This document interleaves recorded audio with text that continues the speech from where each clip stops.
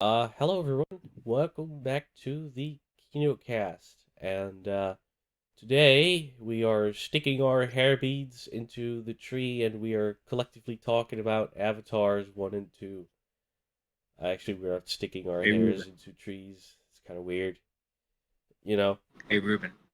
I I Yeah, see We you. gotta, I'm we gotta thinking commit. I'm back. We gotta commit to Halo. We gotta bond. This is the natural We got bonding a moment. bond. Ul Nagati Kame. Morty, we got a bond by sticking our hairs in the sex tree. This could be us, but you're That's not how he sticking your sounds. hairs in trees. That's his new voice. If Yeah. this is But making us let's... sound negative about Avatar, but we're not. At least I am not. Yeah, no, Anyway. yeah, I mean, look, Avatar is the only movie that has given us real white guy with dreadlocks representation. So, You're not wrong. And they said it had no cultural impact, too. Like, yeah, that's They say true. there's no That's cultural impact. Sweaty, like they invented the white man with dreadlocks. yeah. There's no documented proof of that before Avatar came out. James Cameron was like, well, I'm no gonna fucking do documented it. proof of I'm gonna them. do it. No documented proof of a white guy having dreadlocks and getting away with it. which is part one in my 50-part essay of why Spider is the greatest character of our generation. I'm not watching until every part is like 10 hours long. Oh yeah, no, I'm gonna beat Maul's record. Don't worry. Okay, good. Yeah. I would watch 10-hour videos. 11-hour videos, however. Yeah. No. Hey now, Oh. I can do 10-hour videos, but I draw the line at 11. 11. Understandable. I'll make it 10 hours and 55 minutes.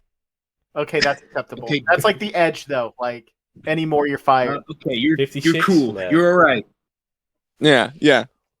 Uh, So, how have we all been?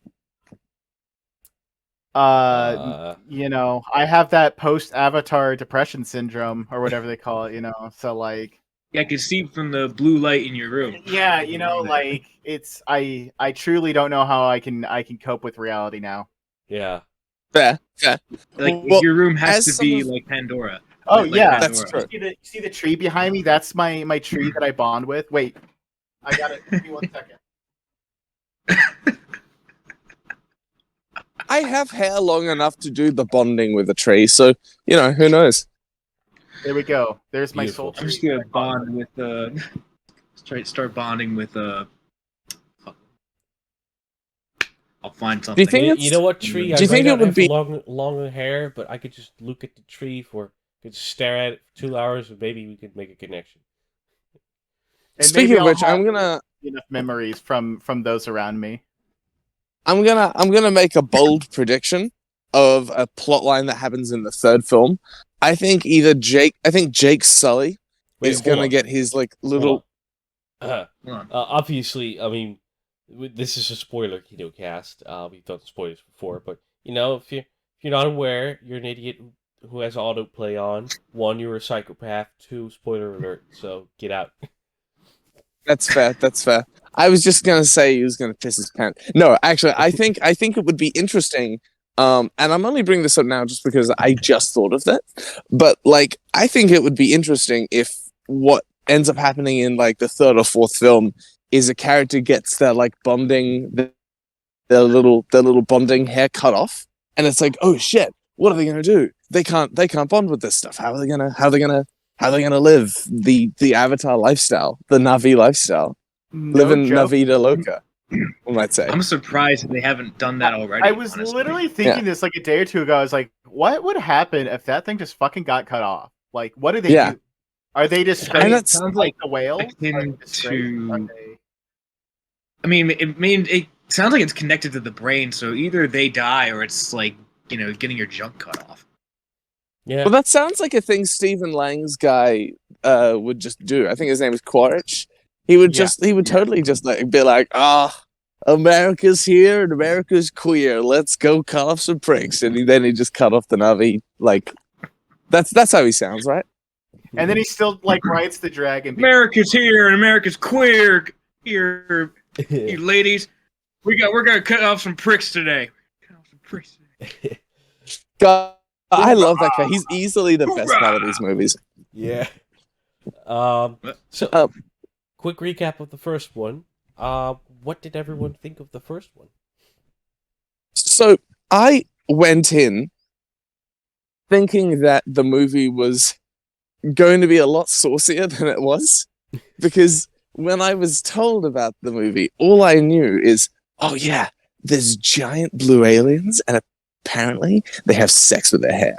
I'm like, whoa, no way, that's crazy, yo, like seriously. And then I like got to the bit when I was watching it in cinemas, like for the first time, where the little hair bits connect. I was like, oh, that's it. And then they cut away, and I'm like, wow, okay. And so for me, Avatar 1 was a very disappointing experience for my childlike mind. But then I rewatched it a few times, and I quite like it. I think it's a pretty simple story, but I think that's kind of the point. People criticize it a lot, but it's kind of like, well, I don't know if the visuals lend itself to a more complicated plot. Few years ago, we actually both sat down to watch it on Disney Plus, and we did audio commentary for it for Kinocast, which never went through. Not sure if I still have the recordings, but yeah, that happened. Which is pretty funny. It was we had a pretty good time, didn't we? Yeah, and now we're here discussing the second film.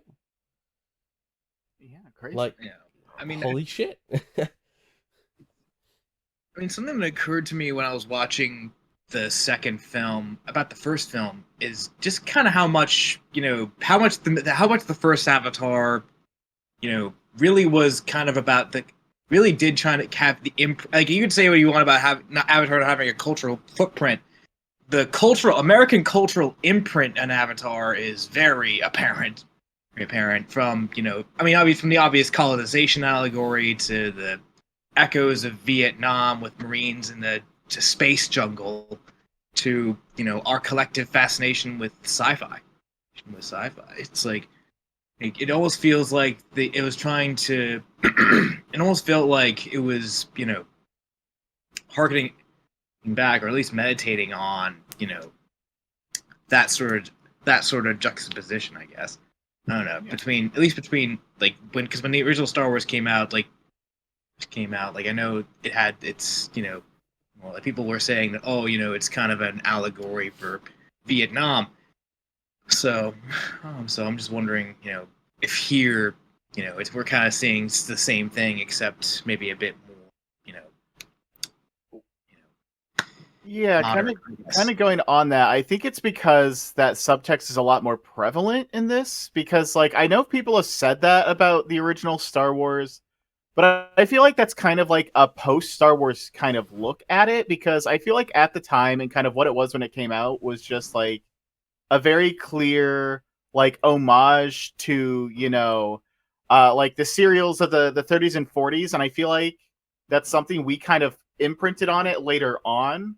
And I know George Lucas has said some things about it too, but I feel like that subtext wasn't quite there when it came out, whereas Avatar, it is like very apparent that it's like very um but speaking on the movie itself, it's been a couple of years since I've revisited this movie. I remember loving it when I came out. Like it was a great time in the theaters, and I remember my brother and I really got excited for it when it came out on DVD, and we watched it a bunch then. Um, and yeah, the story is very simple, but I truly think that in many ways is also one of its strengths because James Cameron spent so much time and energy and money building like a living, breathing world, and it really makes sense that the first time you want to introduce people to this world, you stick with something very simple, very tried and true. It's cliche, but it's a formula that works, and it's one that really does work with the story, even if it gets a little like white saviory at the end by the end of it, but. Like, I think I was kind of surprised on how much I still remembered it and how much I like still honestly kind of enjoyed it. Yeah, Yeah. I saw the remaster, the new remaster of this film, twice in cinemas. Before I saw the remaster, it was like, yeah, it was okay. Because before the remaster, last time I saw it was with Nicholas. on Disney Plus. You know, To be on your laptop screen, just watching it with a friend. You know, it's fun, but you don't get a whole lot more out of it because this is like a big screen experience movie. And then I watched Remaster, Dolby, and I loved it. I just loved it. I had an amazing time. It's just, yeah. I've never seen it in cinemas before because when it came out in 2009, I was a small kiddie, too small to see it. But now I finally had the chance, and I just loved it. I just had a great experience, and I don't care if the story's simplistic. I'd rather have a 2 hour 40 minute movie doing that than just overloading your mind with too many subplots and stuff like that, and just not having you attached to characters at all because there's just too much going on. I just love this experience. Yeah, and I gotta say, for as long as it is, for being kind of getting close to that 3 hour runtime, well, especially if you watch the extended edition like I did, which pretty much is about 3 hours long, Yeah, it is a pretty well paced movie. Like there was never Yeah. once where I really thought anything of the runtime. Like I think that is again the strength of having such a simple story is that it's like very well paced for its runtime, and it kind of gives you exactly what you expected and kind of what you need from just like a movie like this. yeah. It's with pacing, we're kind of on the same front as Jake Sully because during the middle of the film, he starts getting more and more excited to get back into the world of Pandora, and I think the audience is on that same level as he is, because we want to see more and see how it evolves and see how he blends in. Which I sort of, but I was, because full disclosure, last time I watched it was like a year ago in a friend's Discord server. She was streaming it, so my memory is maybe a little bit fuzzy. But when I last remembered watching it, I think the thing that really, like, hopping off on Jake Sully, the more he visits Pandora and his avatar, the more he starts to dissociate from his actual life. Like I took that to, I was sort of wondering what. That was Jim Cameron saying, like, that this was like Jim Cameron saying, like, oh, like, tying back to my original comment about our fascination with sci-fi. This is what he thinks about people wanting to use escapism as a form of coping with harsh reality. Because as has been mentioned before, it's like people have had like post-Avatar depression almost. So it's kind of like. That makes you wonder. It's like if this was deliberate, or if this was by design. James Cameron is doing something that we don't know about. He's doing a secret thing. We don't have absolutely no idea what we're doing. He's trying to. It turns out not only does he want the audience to be sucked in, it's because, well, you see, that's a good point. Because it's all about our escapism. Because James Cameron so desperately wants to escape to this world that he spent however many years and however many billions of dollars crafting this franchise, and it's probably going to be like the only thing he does from here on out. So it's like hey he's guys, like, if I'm getting sucked into this, you are too. Damn it! We spent another 13 years making Avatar 3 because we actually wanted to film on Pandora itself. And then, I gotta say, we spent billions of dollars trying to find a planet in the galaxy that was close enough to Pandora's ecosystem, and then we just decided to film it there. And then we actually colonized the real inhabitants of Pandora to get Avatar 3 filmed. He's going to spend $10 billion to cryo freeze himself so he can wake up whenever they find the real Pandora, however many hundreds of years from now. James Cameron doesn't do what James Cameron does for James Cameron. James Cameron does what James Cameron does because James Cameron is James Cameron. No, there is one. How there's this factor in sci-fi films where it's like that one tweet where it's like, hey, this startup tech company made the Torment Nexus from the famous sci-fi novel Don't Create the Torment Nexus. Yeah. I feel when I watch Avatar, a lot of the time the message is, oh wow, the world is so beautiful, we should protect it instead of colonizing and destroying it. But all I think of is, wow, I want to go swimming in the Navi water, and they wouldn't like me being in the there, so I toxic guess I'll water. just have to sort of cope. Yeah. I mean, it's so pretty. They really made in the first movie. They really do a good job of creating a biome that's like close to our own and certainly analogous, but different enough for us to be kind of wowed by the visuals. And I think people forget that, like, I think the big thing that, and this applies to both of these films, and I'm guilty of thinking this too. A lot of the time you watch this and you sort of think, wow, this is just sort of an elaborate video game cutscene. But the thing that they're doing that makes this more impressive than a video game cutscene, in some ways, not to say some video games aren't really impressive right now, but the thing that they're doing that is especially impressive and kind of unique to Avatar is the way they combine live action and animation Yeah. is kind of special in that it's very, very difficult to pull off and make seem legitimate.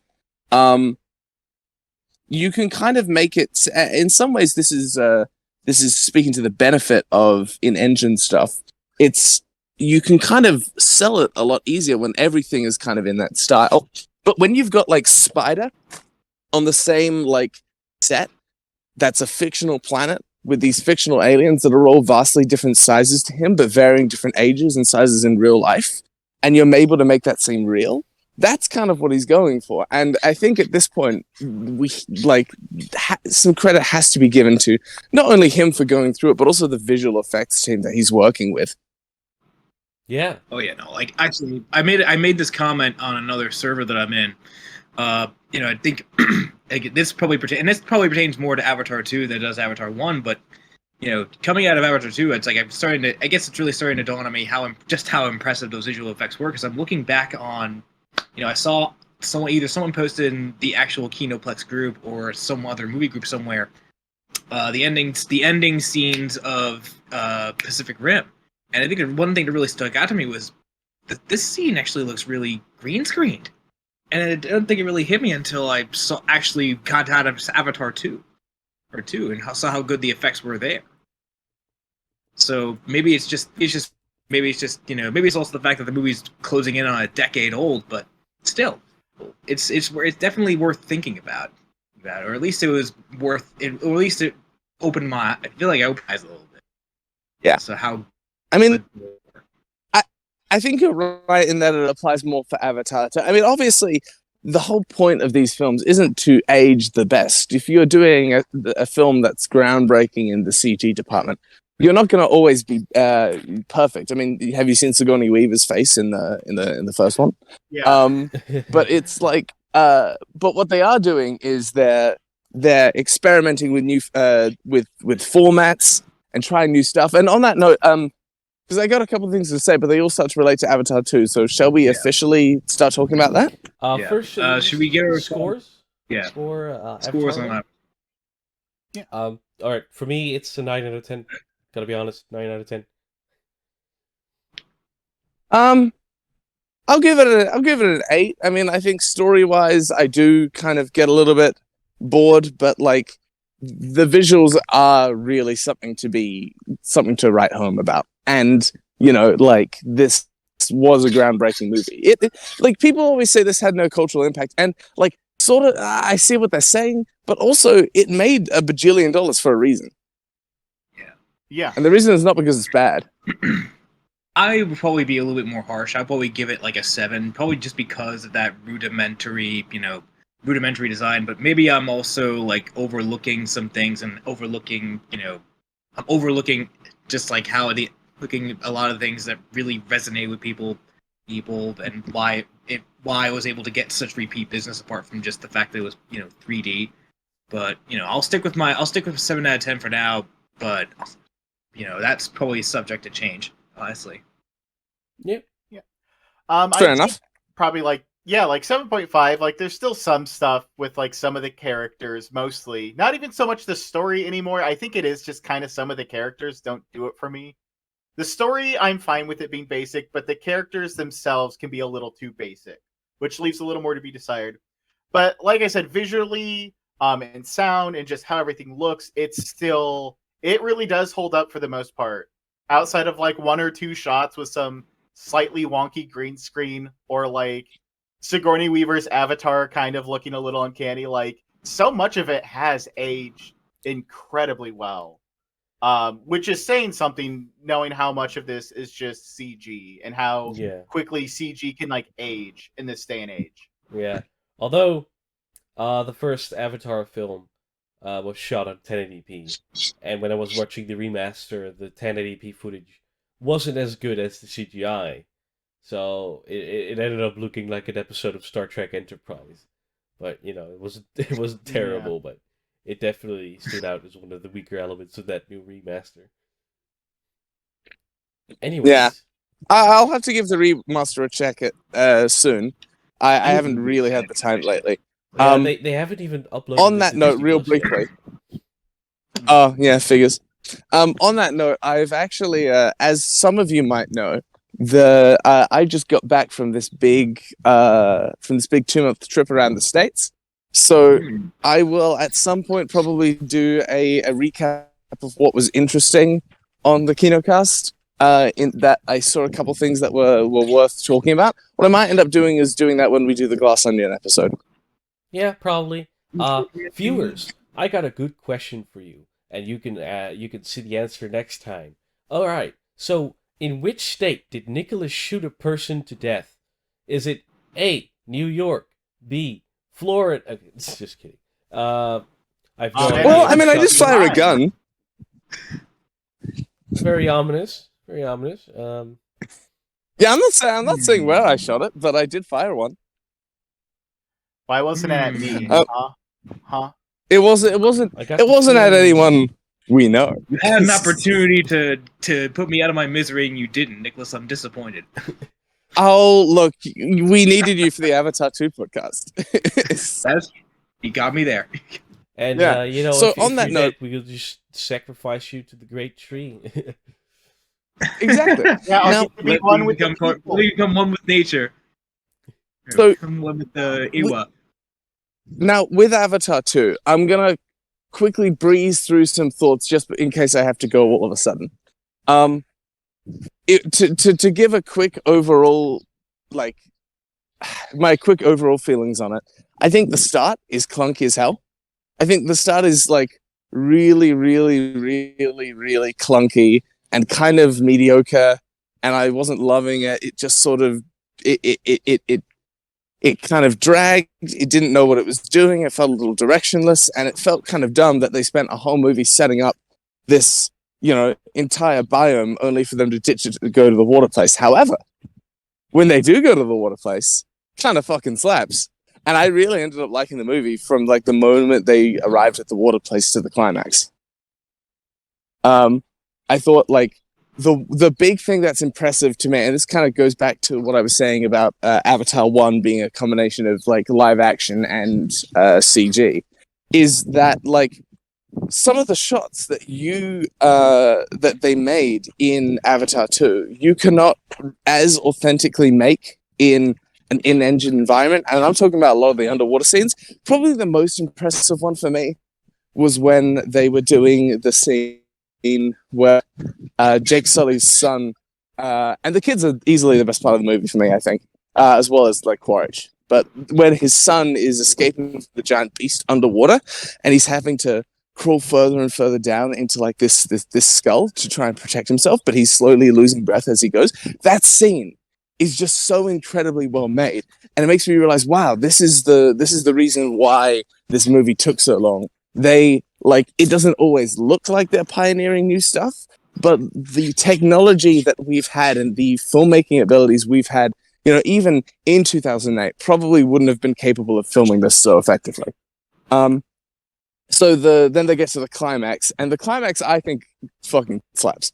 I think the way that they do the climax is this awesome combination. I think the presence of Spider, like, I don't know how I feel about Spider as a character, but his presence in a lot of the climactic scenes really makes you realize how well they've integrated live action and CG, because it feels like he's just like he is just another character there. He's not some weird human self-insert. And it makes the obviously the final standoff really, really impactful because you don't know where it's going to go. And it didn't occur to me that, like, for this whole movie, I genuinely wasn't sure who was going to live and who was going to die. And that's something I haven't really felt because with Marvel movies, you kind of know who's going to live and who's going to die. But maybe that's because Marvel has lowered people's standards lately. By the end of the movie, I was pretty convinced. Wait, say again? I said it's also based on comic books where no one ever truly dies. So yeah, that's also true. That's also true. But here, there's no real point of reference. You can just sort of, they can just sort of do what they want. It's and I hope they do get bolder and bolder. Yeah, I hope each movie gets a little bit bolder because there was some stuff in this movie that I thought was pretty bold. Yeah, it sets up some pretty cool things for the next one. I'm very interested to see how it's gonna go with Neytiri and Spider. Yeah, as you saw on the third act, she was really, really ready to kill it. Yeah, I mean, look, she just couldn't handle a quirked up white boy busting it down sexual style. It was the dreads. The dreads just like the appropriating the dreads, like it just pushed her over the edge.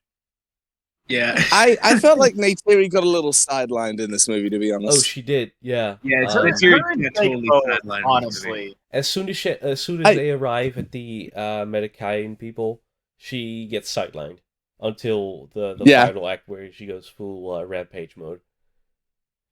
Yeah, and I liked her going full rampage mode, but it was kind of like I'd rather see how Neytiri's doing than more of the same scene of Jake being a bad dad because he's such a bad dad in this. Yeah, no, he's just kind of like, what are you doing? Like maybe it's just he's become so. Maybe it's just because he spends so much time among the Na'vi that he's forgotten about how to be a human father, or he's just trying to the only thing he's known for the past few years is kind of lead people, and leading people is including his family, and it's not teaching his family; it's leading his family. Well, it's interesting you guys say that. I kind of felt the opposite because when I was listening to Jake Sully, he's still talking with that like that American accent, like. Oh, I'm still just that everyman human who's in the situation. Oh man, this is I gotta be the hero here. This is so annoying. Wow. Oh god, I'm a dad. And I don't know. I felt like Jake wasn't really believable because of that. Because I felt it still doesn't feel like whenever he was speaking for the Na'vi, it felt like he was just kind of like I don't know how much he. Maybe that's just me being prejudiced because his accent doesn't change at all.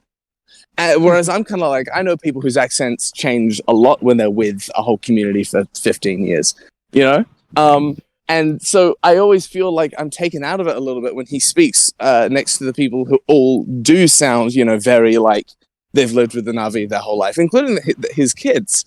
None of his kids have his accent. Yeah, even Spider. Actually, to your point, Spider still has his accent. He's been living among the Na'vi his entire life. Yeah, that's true, actually. I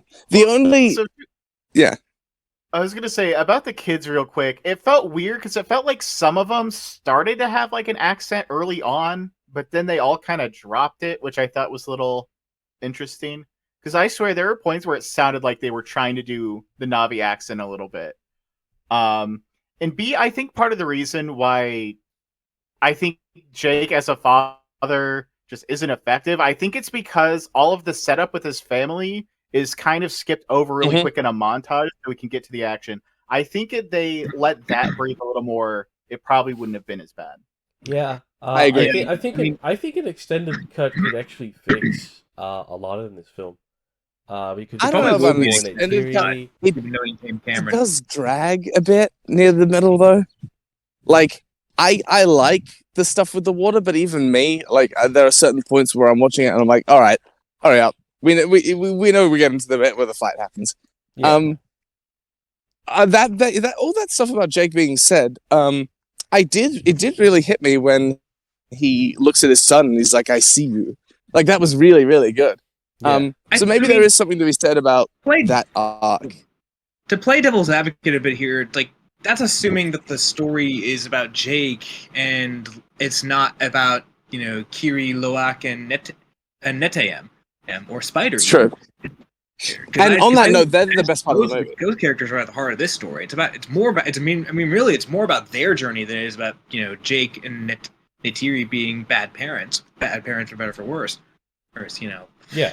It's really more about watching. It's really more about watching them grow up and seeing them grow past who Jake and Neytiri and even Quaritch which are. Like they're That's a good point. And I do think they were the best part of the movie. Like they were the most entertaining. Just the child. It's not always easy to get good child actors, and they fucking killed it. They really hit home with like. My favorite child actor so far is Sigourney Weaver. She grew on me. I gotta say, she grew on me. She was good. She actually was pretty good in the movie. Yeah. I also liked. Oh, sorry. I would say I liked the character as a concept, but I gotta admit, like Sigourney Weaver trying to cast her as like a 14-year-old, I don't know what James Cameron was on with that choice, because the voice she's trying to do to sound young to me was just very distracting. And I'm probably being a little nitpicky with that, but it's just like, oh god, it took me out every time. I got used to it. Unfortunately, Eventually. I don't know. Like I like watching a lot of dub anime, so it didn't really affect me all that much. The one thing I liked about this movie that I felt was quite original in a way that not a lot of the rest of the film was, because again, the movie's simple. It's not trying to be complicated. But the one thing that really got me interested was the mystery around what's happening with Sigourney Weaver's original character, the woman's mum. And I loved the scene where it very much implies that Sigourney Weaver is still alive in some way and trying to communicate with her daughter, but you don't know exactly what's going on just yet. And they don't finish that thought. They just leave that dangling over your heads that something is going on with her. And I really like that. One, it's very bold of James Cameron to be like, yeah, no, I know Avatar's getting another sequel. Don't even worry about it. Which I want to have that like confidence going into my work. But like in addition, I think it's the one thing in the movie that really makes me think, oh wow, there's some real foresight into how the story is going to go here. It's not just them picking a new generic story. They want to really build a world here. Yeah. It does. I mean, to your point about how how different movies of yesteryear feel from our movies, it doesn't feel like it's dangling a cliffhanger over our heads as much as it does actually genuinely feel like world building. Yeah, like real, honest to goodness world building. I do have a fun anecdote about this, and I think why the screenwriting works so well, especially with the fact that they have this time left thread, since we know there's at least going to be a third one. Obviously, 4 and 5 are still actually up in the air. But it's because James Cameron said it's like, so there are different writers for each movie, but he developed the story for all 5 with all of them at once. Because he knew the second he's like, okay, you two are working on this one, you two are working on this one, he knew they weren't going to pay attention to anything else. So he made sure every writer for every movie was there as they developed the whole thing at once. And I do agree that it was a smart move, and it definitely does, in the end, kind of help the story, I think. Yeah. Yeah, absolutely. The one thing that was a bit weird, though, well, first off, they just made a new unobtainium, which was odd. Yeah. Yeah. Second, very odd casting. It was interesting, but it was just odd because it just felt kind of thrown in there. Second of all, it was very such a strange casting choice to what was it, Jermaine Clement, as some Australian whaler, which I mean, I liked him, but he was one of those. He makes the villains aren't exactly 3-dimensional. Even Quaritch, who I love, and I love what he does in the final act that gives him a little bit of depth. But like the villains aren't exactly 3-dimensional. And when he's like, "I've got quotas," I'm like, "Oh my god, hi! This is it's my people. Hello, what are you doing? Please get out of the movie. Go back to Australia." Actually, it was so weird. A fun thing I noticed actually about the whaling scene.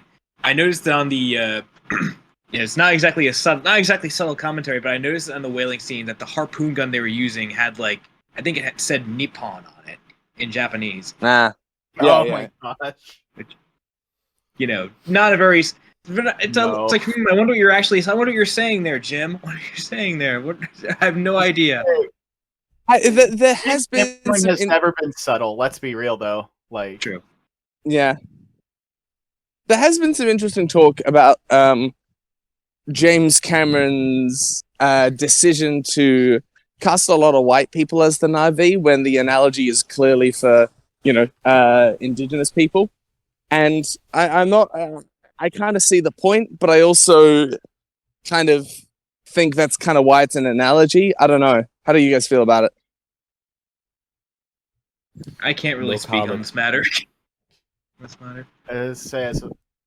I do find it a little interesting. But I don't know. I feel like for a lot of the Na'vi, like the actual Na'vi, they've done for the most part, cast people of color, with the exception of Kate Winslet, I think. But I think that's more just because James Cameron wanted to work with her again, because they're probably besties. But Yeah. Yeah. I mean, it's probably the same reason he put Sigourney Weaver in the role of Kiri. exactly. Yeah. Because, like Yeah. I said, most of the actual like Na'vi from the planet are all like people of color.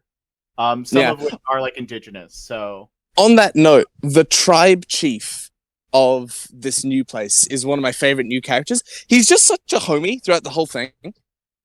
oh my god, yeah, He's great. just a real one. I love him. I think my favorite character was the whale. The whale kind of slapped. Weird Yeah, that the they whale. were guilting the whale for killing people when he was obviously just a fucking quirked up white boy. It was like he was clearly a guy, but he was just. I mean, I guess that's the nuance, Like you can be a good guy and fight for your people, but if you go against your people's missions, then you've made your choice. And that was really sad, but I really liked him. I hope he keeps showing up. I don't think it was going against your people's tradition as much as it was like endangering the lives of your people and like going on a failed run, knowing that you were responsible for their deaths. Yeah, no, sure, but like that's true. But I think didn't they imply it was while they were like. Yeah. Wait, did they say it was like an they were, assault? like- I thought they were running away and fought back. Yeah, I thought it was implied that they were being attacked and he tried to attack, and then everyone died, and then they blamed it on him. Yeah. I don't think it was his fault directly, was it? Not from what I could tell, but I don't know. Maybe I misinterpreted that wrong. Yeah. Yeah. Well, in any case, he was a really good character. Oh yeah. I thought it was so interesting because when the whale showed up and ate the other monster, I thought it was a Phantom Menace. There's always a bigger fish moment, Same. but it was like, God. and then they keep going, and I'm like, holy shit, this is actually really cool. That ended up being one of my favorite scenes. Yeah. It was pretty cool. I just also loved it from a world building perspective, like because obviously the Na'vi have like a very special bond through the headtails, but I just like the fact it's like, oh no, they can just speak to these whales. They're all just like homies, Yeah.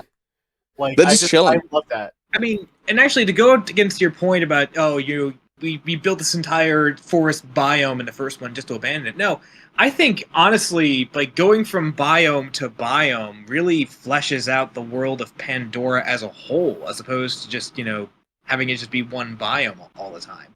I To agree. show that Pandora is has a much more various place than just Yeah.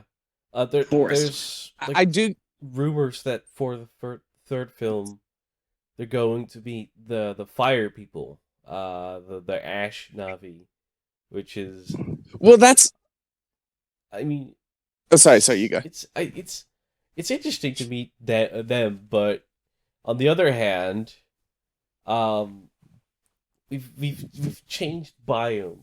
I think we should stick with those two settings. I don't think we should make room for more biomes at this point. Well, this is my Maybe kind with of one thing. more. I think I'm okay with one I more think- biome. for me, it's more like my worry isn't that they do new biomes. I loved the water stuff. My worry is that like every time they go to a different biome, they like they'll come over as like immigrants and then suddenly integrate themselves and make make themselves the most important parts of that culture again. They've done that twice now. They show Yeah. up to a place, they're like, hey, yeah, I'm seeking refuge, and then, oh, I'm now the main character of this biome, and I worry that he's just gonna abandon the water place as well, and then they go to the fireplace and they say, oh, we're fire people now. Like, you can't just do that. Well, Yeah, I mean the- that's a fair point. Like that'd kind of be a fair The point. Like rumors then it state- becomes repetitive.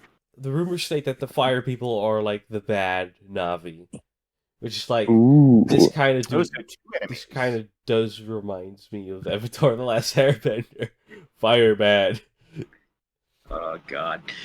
Like my friend was cracking jokes about Avatar: The Last Airbender all throughout our time we actually went to go see it. So we just I got some friends It's, who don't like Avatar and they haven't seen it in years or haven't seen it at all. They just go with the flow. The internet's like, oh, but I like the original Avatar. But I think it's funny because James Cameron's Avatar is kind of the original one because they trademarked the name first, which is why Avatar is Yeah, called it was- Avatar: The Last Airbender.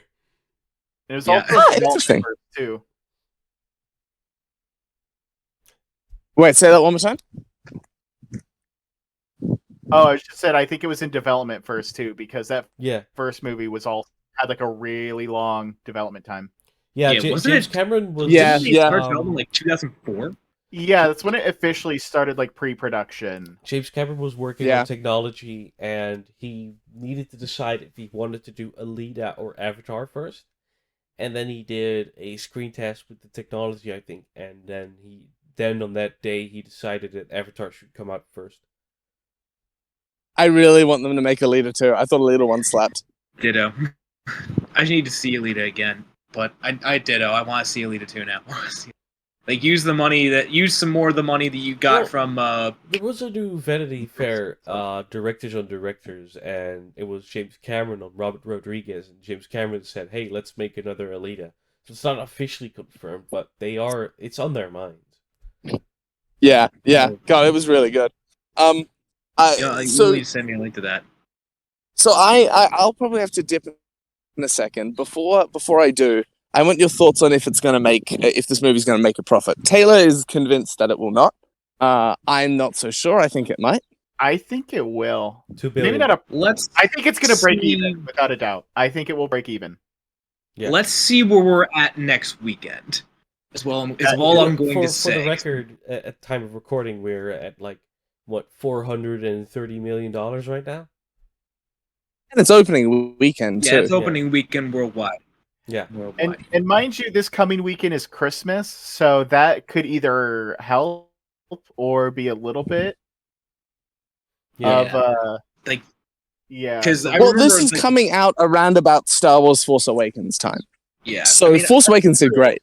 Yeah. and it's I think around the same time the original came out too. Yeah. So yeah. I think it will help, but there's always a chance it may not just because of the holidays. So I mean, honestly, the reason I Yeah. say that is because the reason Avatar, the first Avatar anyway, did so well is, the reason because it had legs. It was able to continue, I think from going from week 1 to week 2, there was actually a 3% or 5% increase going from week to week. Week to week. Yeah. Yeah, that- It makes me wonder The original if Avatar, that movie can keep that kind of momentum going. the original or- Avatar had a bad opening apparently because I think its original opening Yeah, it was like $50 $7 million. or $7 million or Yeah, something. like $50 million. Yeah. Like $50 million opening weekend. I think. I said And then I next weekend had just got another 50 million. Another 50 million. And just kept going and going and going. because I completely forgot that I remember like it was like a month or two after the DVD was out, and I went to a theater and it was still showing. And then right around the Yeah. time it would have finally left the theater, then they came out with the first re-release. And so like it was in theaters for like almost a year, which these days is unheard of, Well, I think it's been a little heard of. Top Gun Maverick is Yeah. kind of doing the same thing, Top which Gun I saw Maverick just is recently, true. by the way. Fucking loved it. Yeah. It's still playing in some cinemas here. Yeah. Yeah, I thought it was even still playing here at one point. Like maybe if And it wasn't, it was playing a few weeks ago. It's the highest grossing film of the year, so And you know what? It's deserved. It's a good movie. yeah. Movies are back, baby. Or movies are back, baby. We've So- done it. Now, don't know. I think I'll probably. But Yeah, sorry. I think we should wrap it up here. I had one last thing I Yeah. actually wanted to ask you guys about and talk about. Now that we've talked about the story and everything, the high frame rate. Yes. Oh, yeah, want to hated it. Hated Real it. quick. Hated it. Okay, yes, because IMAX was beautiful, 3D was beautiful. Hated the high frame rate. I'm not. I this is also the first experience I've had with it too. I did not see The Yeah. Hobbit or Gemini. I haven't seen Gemini Man, but I didn't see any of the other movies they tried it out with. And I already wasn't the biggest fan of it, but I don't know why they decided we're gonna do this on like a shot by shot basis. Because it was legitimately getting annoying to me at the end, where every time it cut, it was a different frame rate.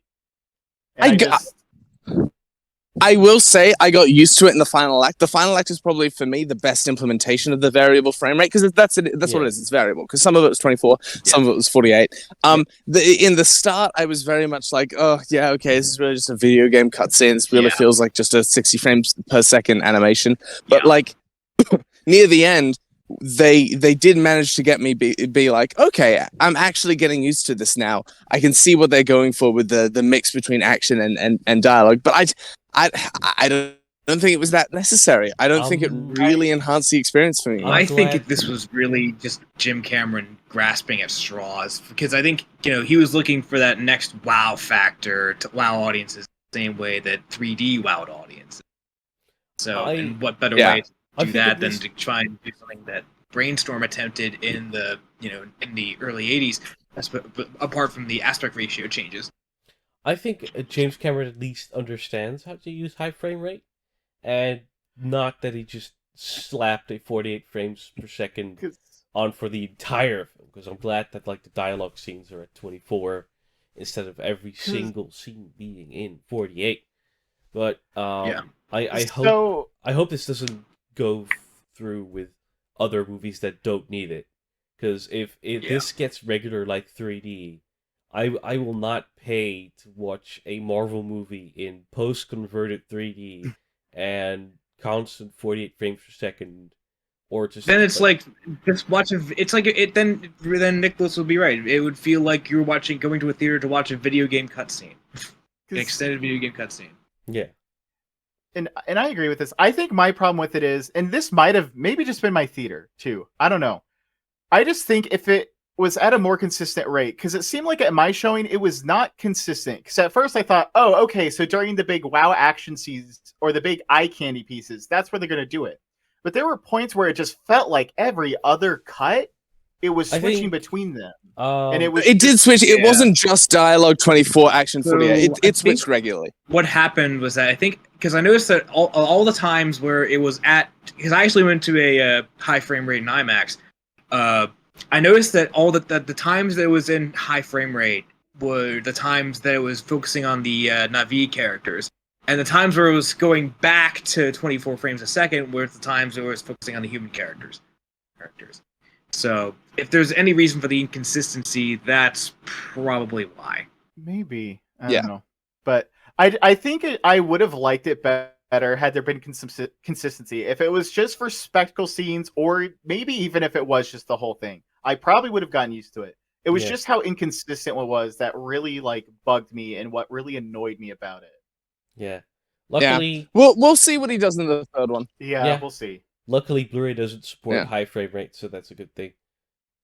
Oh, thank fucking God. Yeah. All right, so I'm excited to see it in a stable frame rate because I think yeah, that distracted me a lot to where I couldn't really focus on some things because I was just like, God damn it, James Cameron, keep it at 1, please. I'm begging you.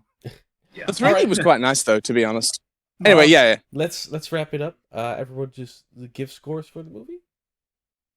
I'm gonna give it an 8.5. I think the start is more flawed than the start of Avatar, and I had a lot more issues near the beginning. I think it's got a lot of flaws that do kind of like hurt it for me. At the same time, I don't think they really get in the way of what James Cameron is actually trying and succeeding to do. So I'd say I quite liked it.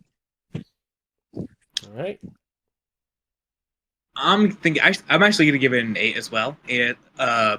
Like I thought it was like on my first view, I gave it like a 7 out of 10. But on my second viewing, I found that I liked it a lot more, and I was able to appreciate, more of this generational story that Jim Cameron was trying to tell. I mean, I said it in my Letterboxd review. It's poignant. It's pathos driven, maybe a little bit self-absorbed. But I'll happily take this any day over over something insincere or like irony poisoned.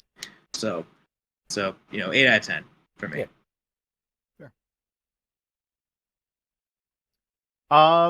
For me, this is really hard, mostly because I've only seen it once, whereas the second one or the original one I've seen a lot of times. I think I'm gonna rate it a 7, just a little bit below, because there are, in one hand, many things I like that this movie did better, but I think in some ways it's also there are some things that it did worse. Because I think the runtime for one is just I also agree with you, Nicholas, in that it kind of drags near the middle part. And I remember once we started getting to the climax, I was like, oh god, this is the climax. How much more of this do we have? Some of the characters are even like Jake and Neytiri feel even more flat because they got completely sidelined than they did in the original. But on the other hand, there are I did like the storylines with Quaritch and a lot of the kids, and a lot of the visuals just really were breathtaking. But I think just some of the pacing issues kind of made it a little bit lower than the original for me. For me, it's an 8 out of 10. I don't think it quite stings as much as the original. I think the original is faster paced and I think has a grander feeling. This one is a little bit more on a slower scale than the first one, I'd say, because this one is more like because I assumed I saw the battleship in the trailer and it was like, okay, this is going to be like a big battle between the humans and the Na'vi, but this is just a few whalers against the Na'vi and the Medicaians. And the Medicaians who didn't even prepare, they just were like, oh yeah, our kids are being on attack, let's grab our spears and go. But, that's a bad thing. But I think, yeah, it does kind of drag in the middle. I wish instead of a lot of swimming sequences, I wish we would seen more of the humans, Neytiri, and Neteyam. I think he got some good stuff, but I just wish we got a little bit more of Neteyam. I think it would have made his death sting even more near the end. Yeah. Which it does sting, but we could have gotten more from Neteyam. Yeah. I think also a quick note: one of the disappointing things about this film was the soundtrack. James Horner passed away, so he couldn't do it. And Rest in Simon peace, the Frank legend. Worrell did this one. And the only pieces that stood out were the song chord, sung by Zoe Saldana, and the other pieces that stood out were just pieces from the original film, and there wasn't anything new that stuck with me, or anything new at all. So that was very disappointing to me. But still, 8 out of 10. I paid a lot of money for this ticket, and I think I got worth it for the cinematic James Cameron 3D experience.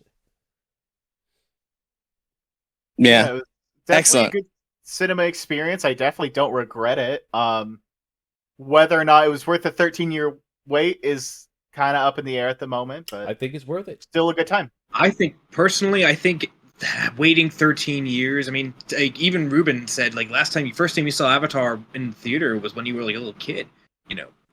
I think the generational theme. I mean, the fact that they came out like 13 years after the original is appropriate considering its theme of generations. Yeah. That's true. That's fair. Yeah.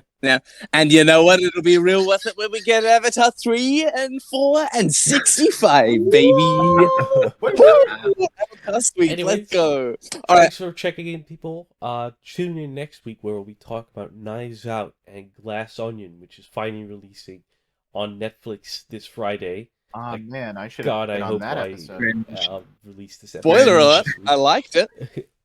Spoiler great. alert, I couldn't see I'm it not gonna 'cause be on that Netflix is episode, fucking so- terrible. Spoiler alert, I saw it in theaters and it was great, but a dude had a PTSD flashback and threw his cup and interrupted the first 10 minutes, and we lost a lot of context. Ah, Did he plug That's, his head that- into a tree? Unfortunate for the guy, but I'm sure hilarious for. I'm very unfortunate for the guy, but you're not missing a whole lot with I mean, guess. I it was fine in the end, but yeah, we definitely missed a lot of that setup. Anyways, Well, get excited because you'll get to watch it 50 more times on Netflix, baby. All right, see you guys. see you guys next week. See you. Bye bye. Thank you for listening.